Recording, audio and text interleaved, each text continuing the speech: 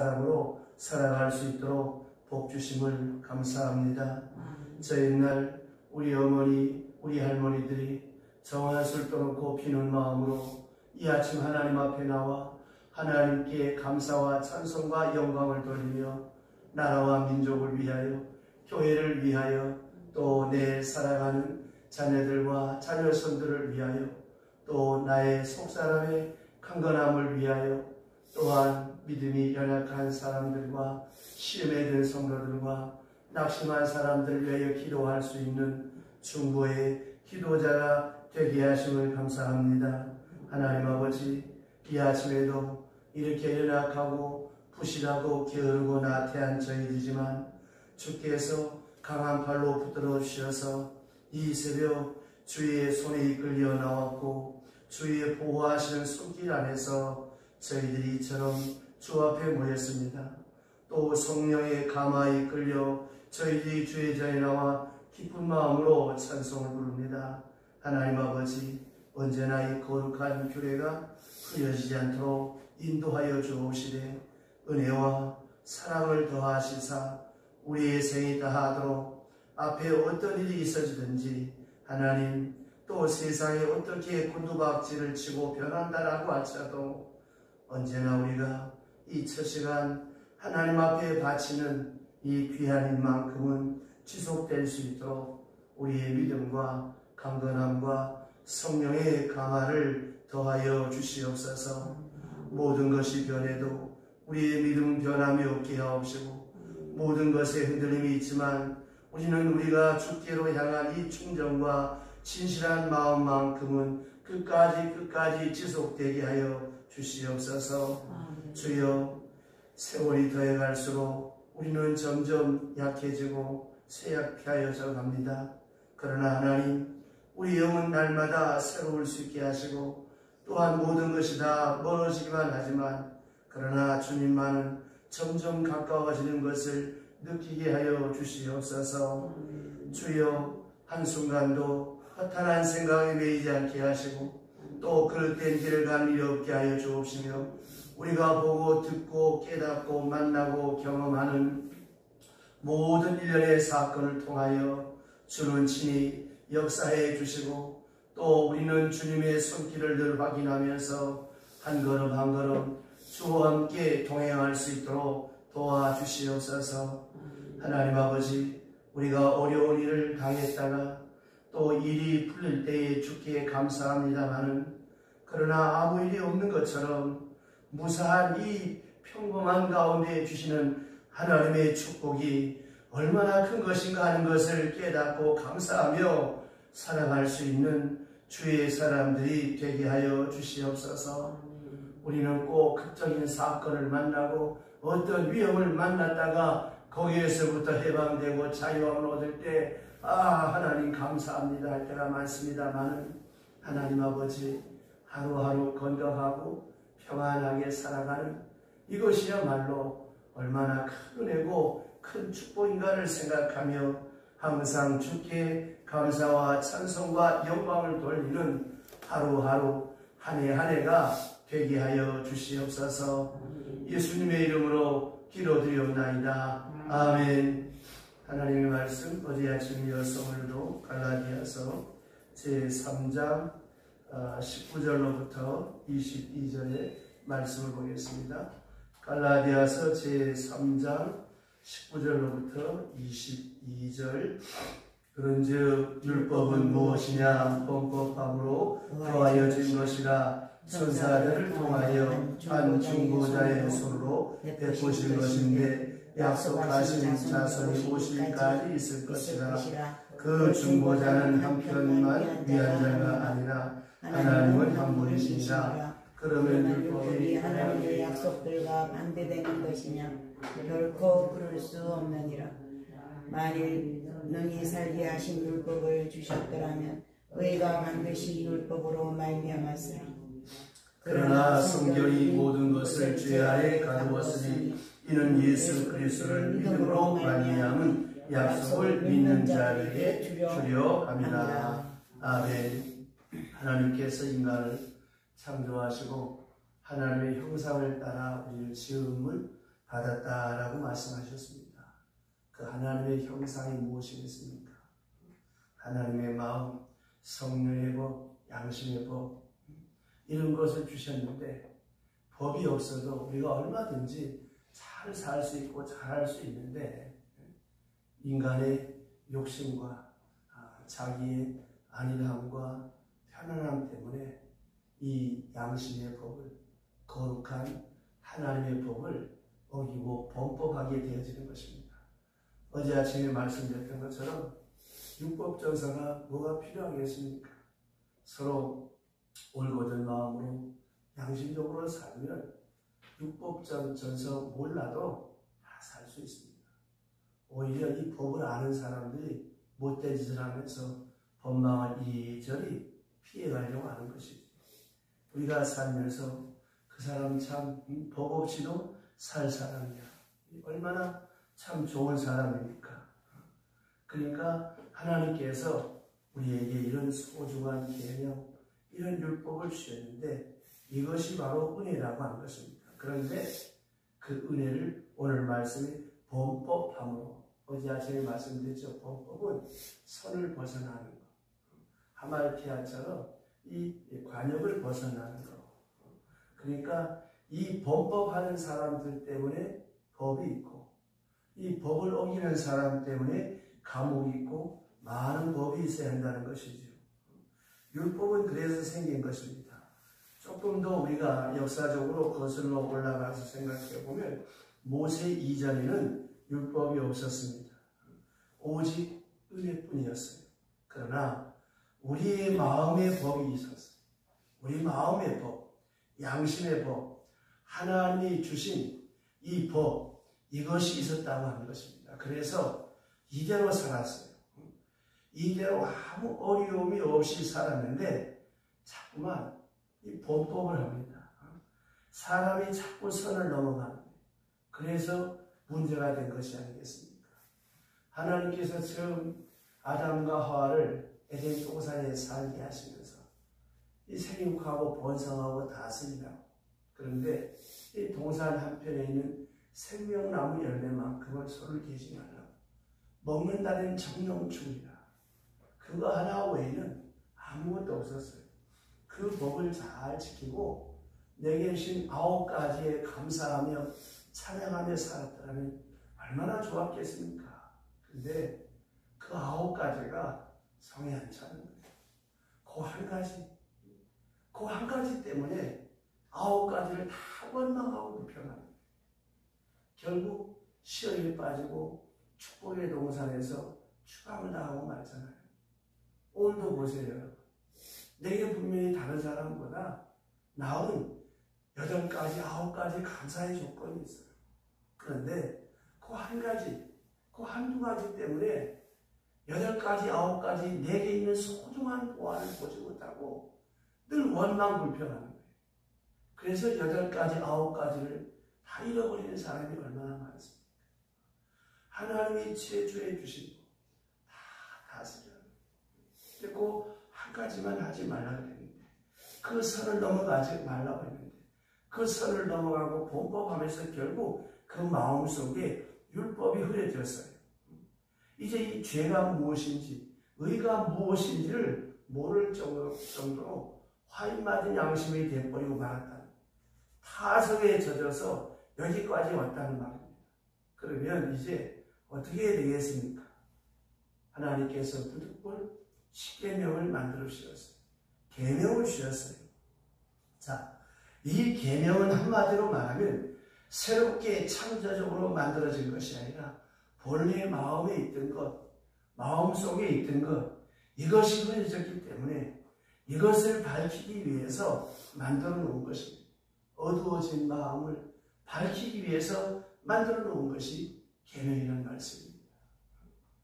여러분, 예수를 믿거나 안 믿거나 어제 아침에도 말씀드렸습니다만 좋은 일을 하면 마음이 기뻐요. 나쁜 일을 하면 마음이 어두워집니다. 성질만 한번 내보세요. 혈기만 한번 확 부려보세요. 그 마음에 기쁨이나 평안이 없습니다. 차라리 내가 한 대 맞고 무시당해서 속상한 편이 훨씬 낫지. 승질 부리고 상대방 기선제압했다고 해서 나한테 하늘에 복이 떨어집니까? 땅덩어리가 생깁니까? 떡이 생깁니까? 아무것도 없어요. 허무하고 마음은 어둡고 이게 뭘 말하는 것입니까? 언제나 사람은 하나님의 법을 따라 살아가야 됩니다. 그래서 파스칼은 저 하늘에 빛나는 별처럼 내 마음에 양식이 될 하나님의 별이 그 별빛이 내 마음속에 빛난다고 해요. 이게 자꾸 못된 짓을 하고 회개하지 않으니까 이게 무디어져서 이제는 화일 맞은 인간이 되어버리고 양심에 화일 맞은 사람이 되어버리고 말합니다. 그러니까 현대 심리학 용어로 말하면 사이코패스가 되어버리고 말합니다. 사람인데 짐승 같은 짓을 하는 사람이 얼마나 많습니까? 근데 그런다고 없어지느냐? 이게 괴로우니까 술로, 도박으로, 마약으로.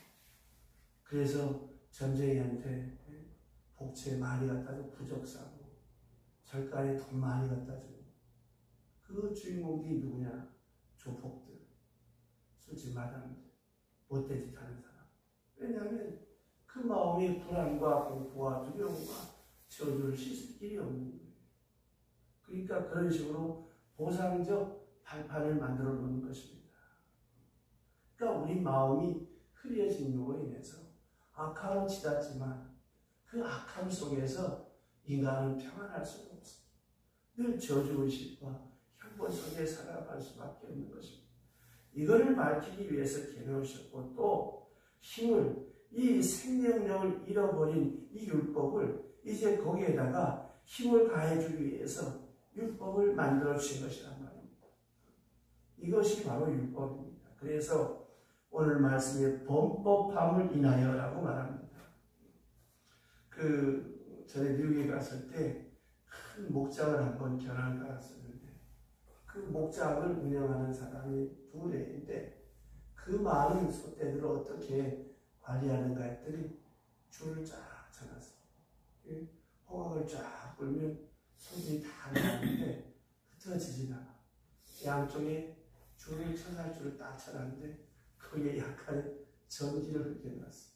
흩어지고 찌릿찌릿하니까 소떼가 흩어지지 않고 쫙 똑바로 가서 그 넓은 초장에서 풀을 뜯어먹고 또 호각을 보고 싹 들어오는데 그 대열이 흐트러졌습니다. 그 선만 안 넘고 선에만 닿았다 하면 전기 흐르니까 찌릿찌릿하고 놀라는 거예요. 이게 바로 율법입니다.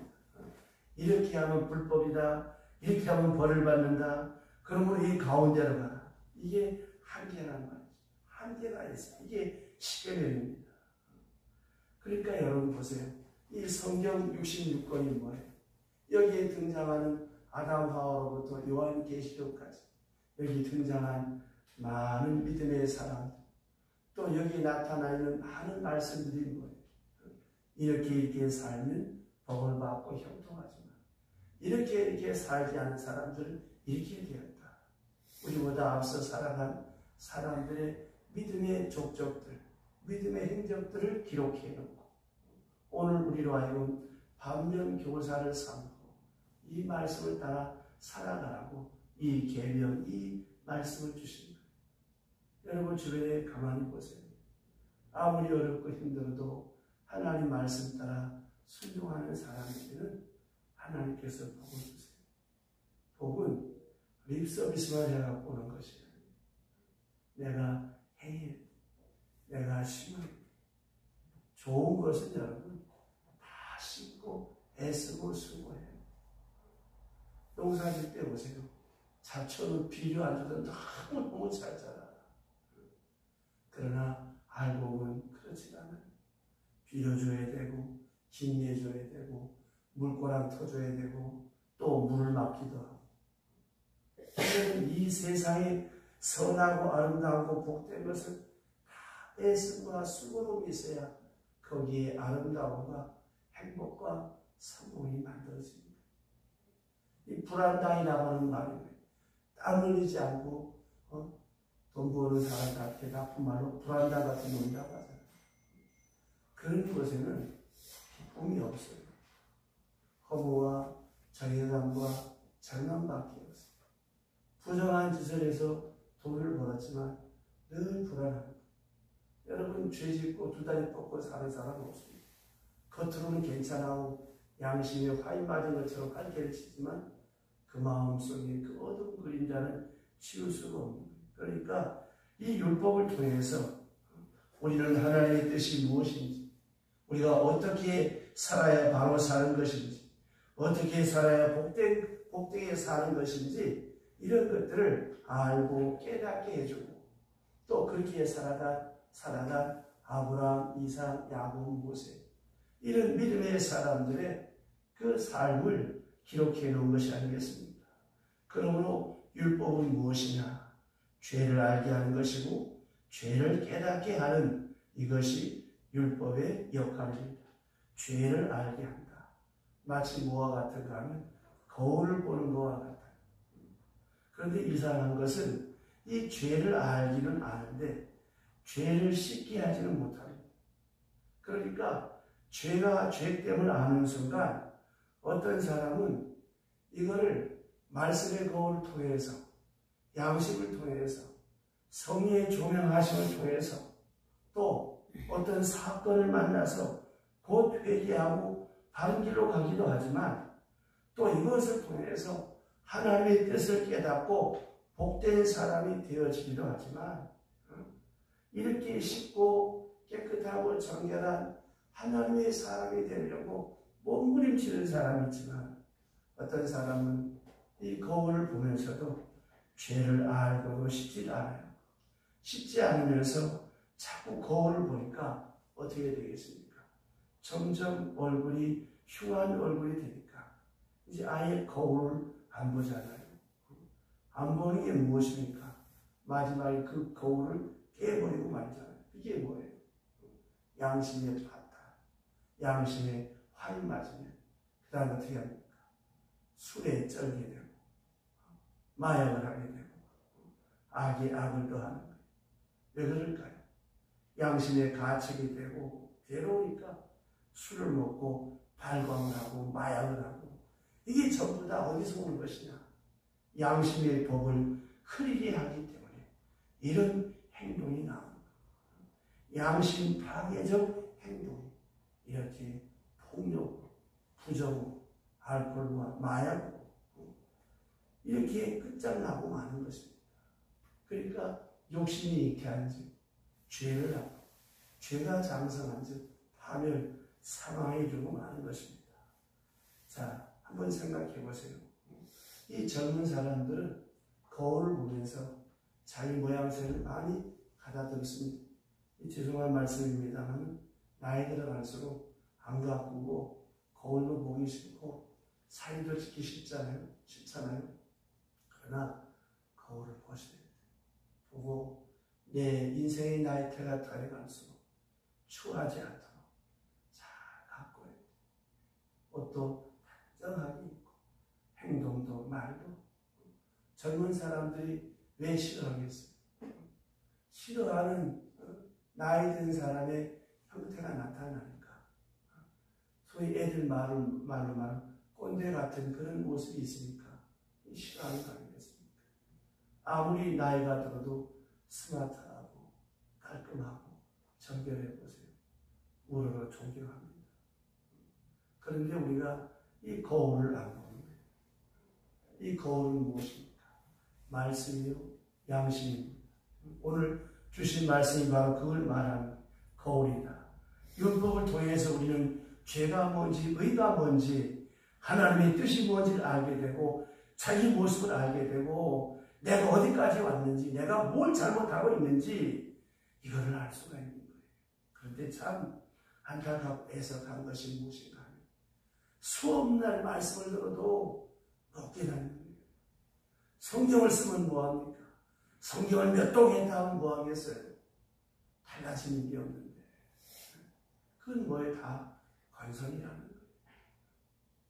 여러분, 어떤 날은 성경을 볼 때 졸리기도 하고 답답하고 아무 의미도 뜻도 모를 때만 그래서 넘어가.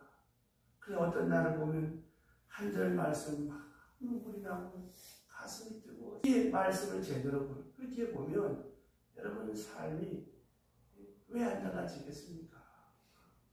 여러분 심은 대로 거둔다는 말 정말 무서운 말입니다. 어느 날 여러분이 다른 사람도 무시당하고 어떤 자존심 상한 일이 있었다.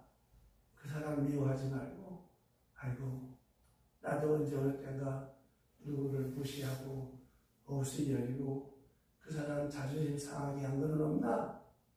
그걸 돌아볼 줄 알아야 돼요. 그래야 예수 믿는 사람입니다. 다윗은 시므이가 욕하고 저주할 때 아비새 장이 저런 새끼 목을 치겠어야 할 때 놔두세요. 하나님이 저를 시켜서 내게 하시는 말씀입니다. 보세요. 모든 게 교훈의 말씀입니다. 성경 말씀뿐만 아니라 우리가 당하는 모든 삶. 내 앞길이 안 열릴 때 나는 그냥 누구의 앞길을 가로막은 적이 없는가. 내 일이 안 풀릴 때 내가 하나님과 나 사이에 맺힌 것이 무엇입니까? 나를 보고 하나님 앞에 기도해야지. 세상을 탓하고 사람을 탓해 분들 무슨 의미가 있습니까? 계명율법 왜 있느냐? 이거를 깨닫게 하기 위해서.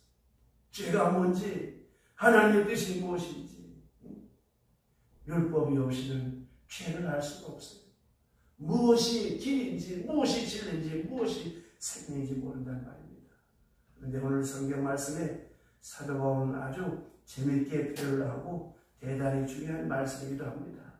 율법은 직접적인 것이 아니라 이 간접적인 것이다. 그래서 19절 보세요. 19절 다 같이 큰 소리 시작. 그런즉 율법은 무엇이냐? 범법함으로 더하여진 것이다. 천사들을 통하여 한 중보자의 손으로 베푸신 것인데 약속하신 자손이 오시기까지 있을 것이라. 아멘. 천사들을 통하여 됐습니다. 천사들을 통하여. 천사를 통하여 모세에게 주신 것이다. 아브라함에게 주신 하나님의 말씀은 은혜의 말씀. 하나님께서 아브라함에게 직접 주신 거예요. 그러나 아시는 대로 율법은 우리 한 사람 한 사람에게 직접 준 게 아니에요. 천사를 통해서 모세를 통해서 주신 것입니다. 간접적인 것이에요. 그러므로 좀 더 깊이 말씀드리면 은혜는 첫 번째 하나님께서 주신 것이고 율법은 세컨드 소스 두 번째로 우리에게 주신 것입니다. 그러니까 이 본래적인 것은 법이 아니요 첫 번째는 퍼스트는 은혜였어요. 세컨이 바로 두 번째가 율법이라고 하는 것입니다. 오직 은혜만이 근본적인 것이요 그 다음에 율법이라는 거예요. 그 은혜가 확실한 은혜 되기 위해서 주신 것이라고 하는 것입니다. 예를 들면 우리가 아이들을 칭찬합니다. 이거 잘했고 참 좋은 일 했다. 공부 잘했다. 착하다. 칭찬합니다. 이게 뭐예요? 은혜죠. 아이들이 기분 좋습니다. 칭찬하면 고래도 준다고 했잖아요. 칭찬하는 사람도 좋고 듣는 사람도 좋아. 그러나 아이가 공부를 잘 안 했어. 책망합니다. 이게 뭐예요? 이게 바로 율법입니다. 게다가 체벌을 해요. 얻어맞아요. 그러니까 이것도 무엇입니까? 분명히 율법입니다. 그러나 깊이 생각해보면 높은 차원에서 생각해보면 사랑은 은혜는 둘 다 은혜예요. 칭찬 듣는 것도 사랑, 칭찬 듣는 것도 은혜, 직접적인 은혜. 그 다음에 야단맞고 매맞고 체험을 가하는 것, 이것은 간접적인 사랑, 간접적인 은혜라는 것입니다. 여기서 하나 생각하고 넘어가야 될 것이 무엇인가 하면 매를 맞아보지 않은 사람은 칭찬의 깊은 뜻을 몰라요. 잘못한 사람이 맞는 걸 봅니다. 그러면서 내가 칭찬을 받을 때 그 칭찬의 의미와 깊이와 넓이가 더하여지는 것이죠.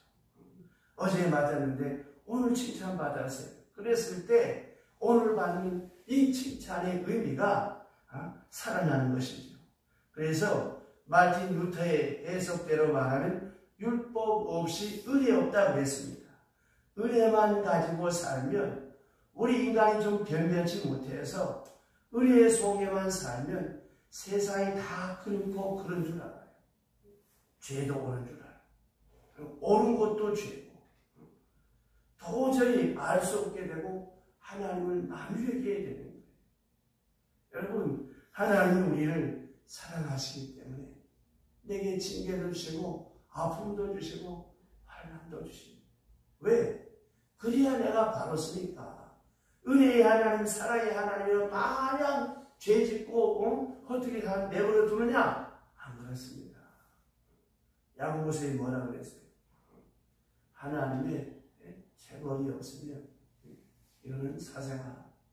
여러분, 나은 자식이 잘못된 길 가는데 뒷짐지고 수수방관할 부모가 어디 있습니까? 불러서 야단도 치고 졸도 때리고 때로는 눈물로 호소하기도 하고 사랑합니다. 하나님이 우리를 사랑합니다. 말씀대로 살라. 격리로 가지 말라. 때로는 이렇게 하나님께서 체벌을 하십니다. 그래서 율법이 필요한 거예요. 율법이 있어요. 율법에 비춰보면서 나를 알고 그 속에서 은혜가 은혜되고 은혜가 더 큰 은혜가 된다는 것을 잊지 말아야 됩니다. 그러므로 율법으로 불가능한 것은 은혜가 가능케 한다. 자, 21절 오늘 다 끝냅시다. 21절 다 같이 시작. 그러면 율법이 된 것이냐? 결코 그럴 수 없느니라. 만일 능히 살게 하는 뭘 주셨더라면 의가 반드시 율법으로 말미암았으리라. 아멘. 자, 살게 하는 율법을 주셨다 하면 만일 율법으로 말미암아 은혜가 있을 필요가 없겠지요. 살게 하는 것은 오직 은혜이기 때문에 그 은혜가 참 은혜 되기 위해서 이 율법이 역할을 하고 있다는 말입니다. 그 다음에 22절에 보시면, 자, 22절 다 같이 시작. 그러나 성경이 모든 것을 죄 아래 가두었으니 이는 예수 그리스도를 믿음으로 말미암 약속을 믿는 자들에게 주려 함이라. 아멘. 모든 것을 죄 아래 가두었으니 주님 오시기까지, 주님께서 오시기까지 죄 아래 가두었다. 우리는 율법 아래 갇혀 있습니다. 율법 아래. 그의 심판, 그의 저주, 그의 무서운 형벌 아래 우리는 항상 공포 속에 갇혀 있었다는 거예요. 이제 주께서 오심으로 말미암아 복음과 함께 모든 것이 은혜로 이렇게 은혜되게 했다라고 하는 사실을 우리가 잊지 말아야 되겠습니다. 성경에 가만히 보면 젊은 율법사가 예수님께 나와서 영생의 도리를 묻습니다. 시작은 참 좋았는데 마지막이 잘못됐어요. 율법을 다 지켰느냐? 네, 다 지켰습니다. 그래, 그러면 내 가진 것을, 내 소유를 다 팔아 가난한 자에게 주고 나를 따르라. 그때 이 사람은 근심하며 돌아갔느니라 그랬습니다. 그 한 절이 참 너무너무 마음이 아픈 거예요. 그런데 그가 무엇 때문에 예수님 앞에 나왔겠습니까? 자기 딸의 율법을 다 지켰다 그래서 지키려고 애썼고 다 지켰다고까지 했는데 꽤 지키려고 애쓰고 노력한 것 같습니다. 만약에 다 지켰으면 무엇 때문에 마음에 근심이 생기겠습니까? 무엇 때문에 영생에 대한 두려움이 있겠습니까? 다 지키지 못했다는 거예요. 그런데 왜 예수님께 와서 그가 영생의 도리를 듣느냐? 아무리 지키려고 애써봐도 이 율법을 지켜서 구원받을 수 없다고 하는 걸 알기 때문에 다 지켰다고 할 만큼 그렇게 지켜봐도 완전하게 지킬 수가 없고 영생이 없고 구원이 불가능하다고 하는 걸 알았다는 거예요. 그래서 예수님 앞에 나와서 던진 질문이 어떻게 하면 영생을 얻겠습니까? 자, 율법이 젊은 율법사로 하여금 어떻게 했습니까? 예수님 앞에 나오게 했다라고 하는 것입니다. 자, 이 율법사는 몸이 아파서 나온 것도 아니에요. 누구처럼 병 고쳐달라고 해서 나온 것도 아니에요.